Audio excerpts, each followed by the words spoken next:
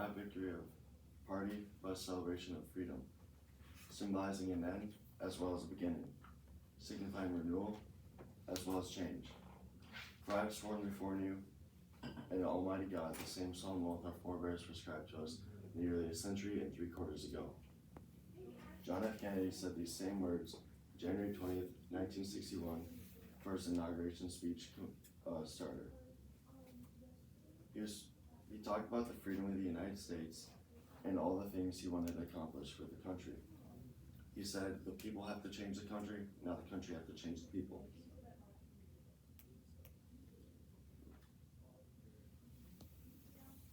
Where and when? This speech was given on January 20th, 1961. John Fitzgerald Kennedy was elected as the 35th president. The runner-up was Richard Nixon. He was the youngest president of his time, and it was given at the United States Capitol at Washington, D.C. on the West Front. It was his inaugural address. Each time a president was elected, the inaugural address highlights the points of where they want to do with their future plans and as a thank you for the rest of the people who elected him as president. There was in total 1 million watching just at the west front of the Capitol, and Chief Justice Earl Warren was the person to elect him.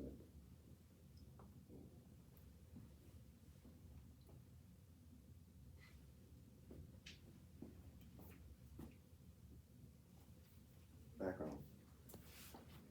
John F. Kennedy is of Irish descent. He was born in Brooklyn, Massachusetts, and his mother and father is Rose and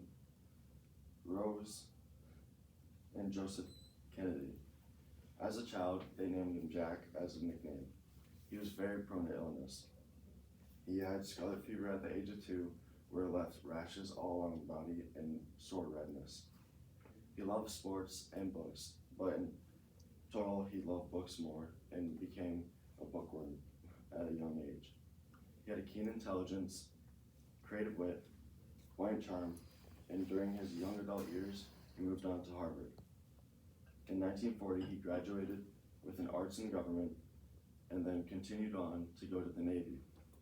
In 1943, he was elected as a Navy hero when a Japanese destroyer rammed his boat and he led his crew to safety with still pretending injuries. After the Navy, he had a new course of action. He had politics in mind. He wanted to be a Democratic congressman.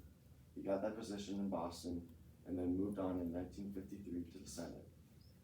Then continued on to 1956 of almost being the Democratic vice president. 4 years later, he had a debate with Nixon and became the 35th president.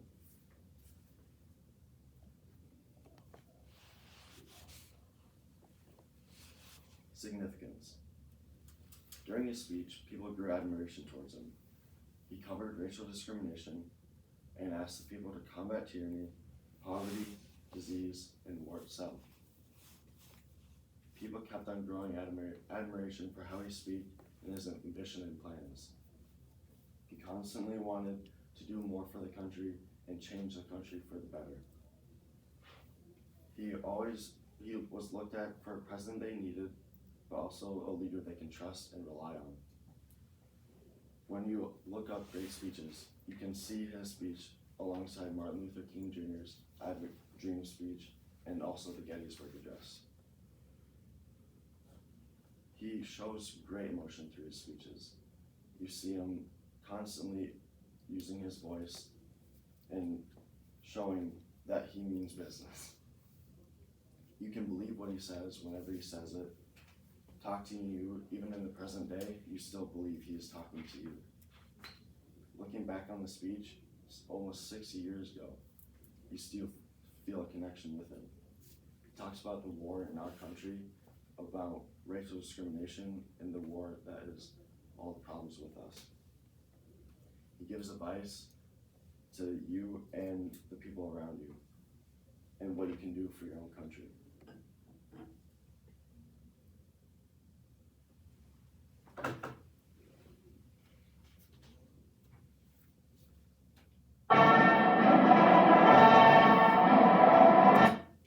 remembering on both sides that civility is not a sign of weakness, and sincerity is always subject to proof. Let us never negotiate out of fear, but let us never fear to negotiate.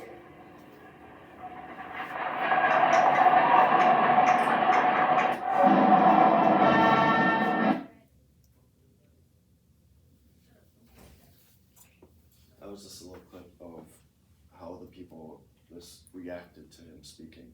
He was in a constant applause for anything he said. Rhetorical devices. He used many rhetorical devices, one being a metaphor. The torch has been passed to a new generation of Americans, saying even though America keeps on living, there will be new generations coming up and hold the torch. Parallelism. Let every nation know whether it wishes us well or ill, that we shall pay any price, bear any burden, meet any hardship, support any friend, oppose any foe, to assure the survival and success of liberty. He continues on just ramming in all the things that we will do to show that we can keep on going.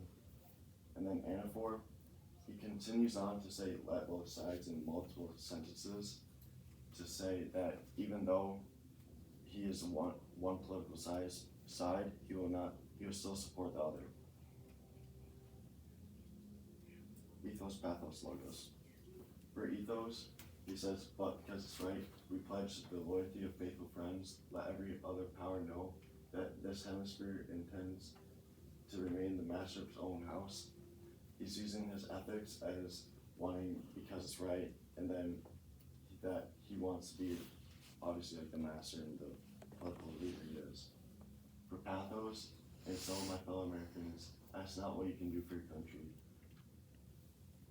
Can do for you, ask what you can do for your country. He wants to use the passion and the voice he has. He wants to connect emotionally because he was talking to the people. And then logic, for logos. We shall not always expect to find them supporting our view, but we should always hope to find them strongly supporting their freedom.